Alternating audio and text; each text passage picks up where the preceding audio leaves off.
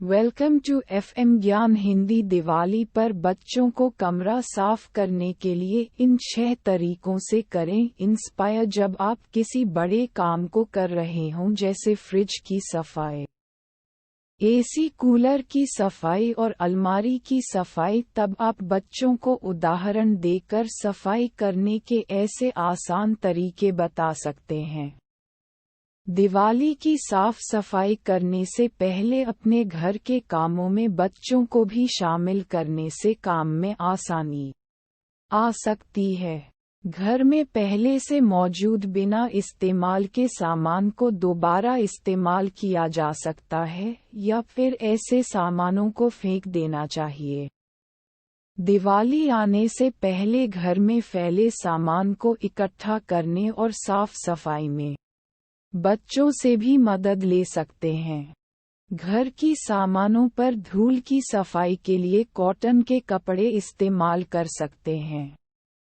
सफाई करने से पहले अपने पास ब्रश, मांजने वाला जूना, डिटर्जेंट के घोल, बेकिंग पाउडर, स्पॉन्ज और सिरका जैसी चीजें तैयार कर लें। इनमें से जो हल्का काम हो उसे बच्चों को एक बार करके बताइए। फिर घर के पर्दे, कुशन, कारपेट हटा लें। फिर घर की धूल मिट्टी की सफाई करें, झाड़ू और ब्रश से कर लें। 1. दिवाली की ऐसे मजेदार बनाएं। सफाई को खेल या प्रतियोगिता में बदलने से बच्चों के लिए यह अधिक मनोरंजक हो सकता है।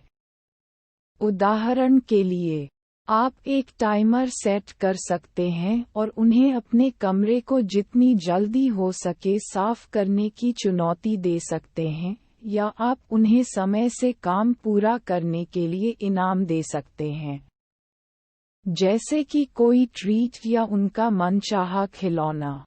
इसे भी पढ़ें। बच्चों के कमरे की सफाई नहीं बनेगी सिरदर्द, बस अपनाएं ये छोटे छोटे टिप्स। 2. सकारात्मक पहलुओं पर भी दें ध्यान। जब आपके बच्चे अपना कमरा और अपने घर की सफाई में आपकी मदद करते हैं तो उनकी कामों की प्रशंसा करनी चाहिए। उन्हें प्रेरित करने में ये तरीका बहुत मददगार हो सकता है। उनकी आलोचना करने के बजाय सराहें कि उन्होंने अपना कमरा साफ किया है। उनके व्यवहार के सकारात्मक पहलुओं पर भी ध्यान देना चाहिए। उदाहरण के लिए, मुझे तुम पर बहुत गर्व है कि तुमने अपने बिखरे खिलौने और किताबों को अपने से ही साफ कर लिया है। इससे बच्चे आपके कामों में हाथ बटाने के लिए उत्साहित हो जाते हैं। 3. इसके लिए डेली रूटीन बनाएं। सफाई के लिए निरंतरता काफी अहम पहलू हो सकता है। इसलिए सफाई करने के लिए एक नियमित रूटीन बनाकर बच्चों की स्कूल से छुट्टी होने पर मिलकर काम कर सकते हैं। जैसे कि हर रविवार की सुबह दिवाली की सफाई करने के बाद घर को हर हफ्ते मिलकर साफ कर सकते हैं। 4. कामों को उदाहरण के तौर पर सिखाएं। बच्चे अक्सर उदाहरण से आसानी से सीख सकते हैं, इसलिए ये तय कर लेना चाहिए कि आप उसके मुताबिक ही नेतृत्व करें। जब आप किसी बड़े काम को कर रहे हों जैसे फ्रिज की सफाई, एसी कूलर की सफाई और अलमारी की सफाई, तब आप बच्चों को सफाई करने के आसान तरीके बता सकते हैं। इसे भी पढ़ें। Cleaning tips. दिवाली से पहले ही कर लें इन चीजों की सफाई, चमक उठेगा घर। 5.